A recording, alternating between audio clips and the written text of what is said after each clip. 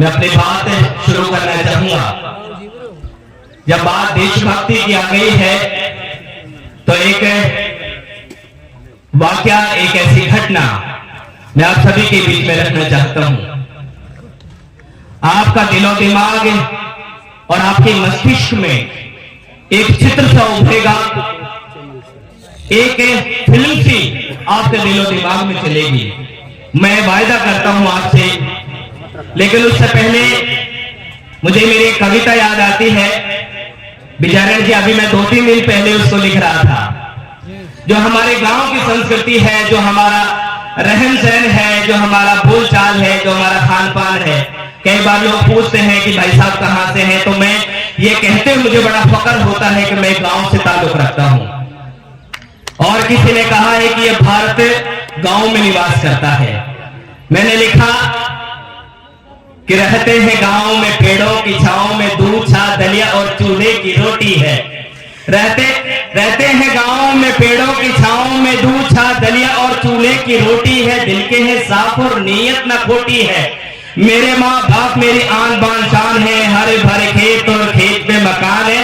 एक बड़ी बहन और भाई हम 3 हैं। 8-10 भैंस और गांव में जमीन है।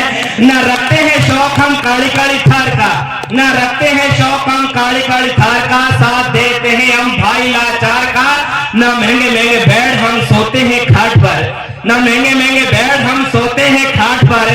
ताव मूछों पर दे चलते हैं लीले साठ पर। ये गांव की हमारी संस्कृति है। मैं एक दृश्य आप सभी के बीच में रखना चाहूंगा और विषय से थोड़ा हटते हुए। एक आर्मी के एक जवान, एक सैनिक, जो दुश्मनों से मुठभेड़ करते हुए शहीद हो जाता है। प्राकृतिक परिस्थितियां विपरीत हैं। 2 दिन तक उस शहीद का पार्थिव शरीर उसके गांव तक नहीं पहुंच पाता है। सेना की तरफ से परिवारजनों को सूचित कर दिया गया, आपका बेटा, आपका भाई, आपका लाल, आपका पति, आपका शौहर शहादत को प्राप्त हो चुका है।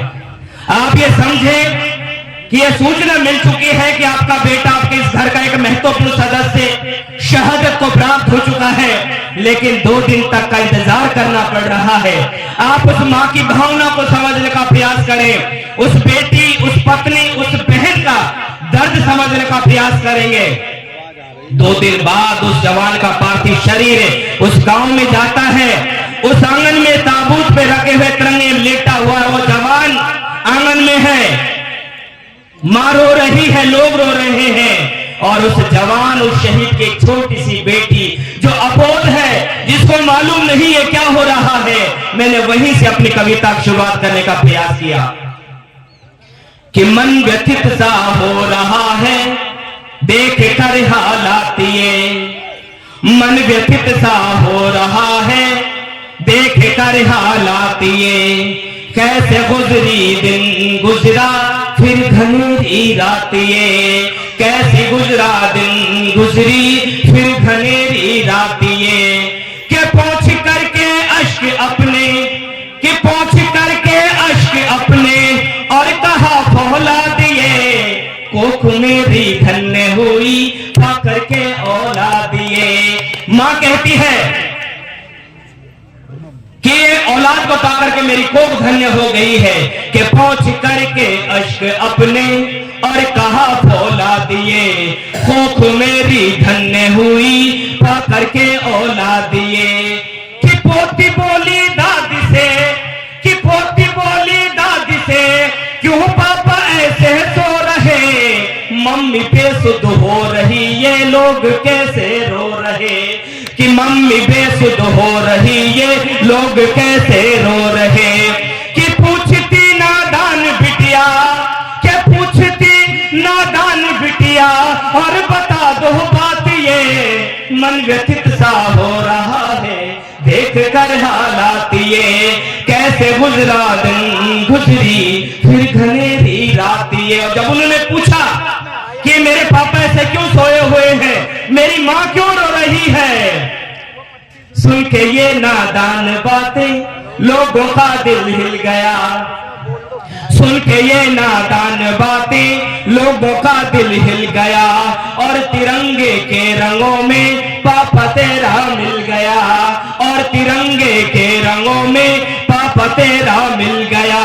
फिर तिरंगे को उठाकर बेटियों सीने लगी, फिर तिरंगे को उठाकर बेटियों सीने लगी।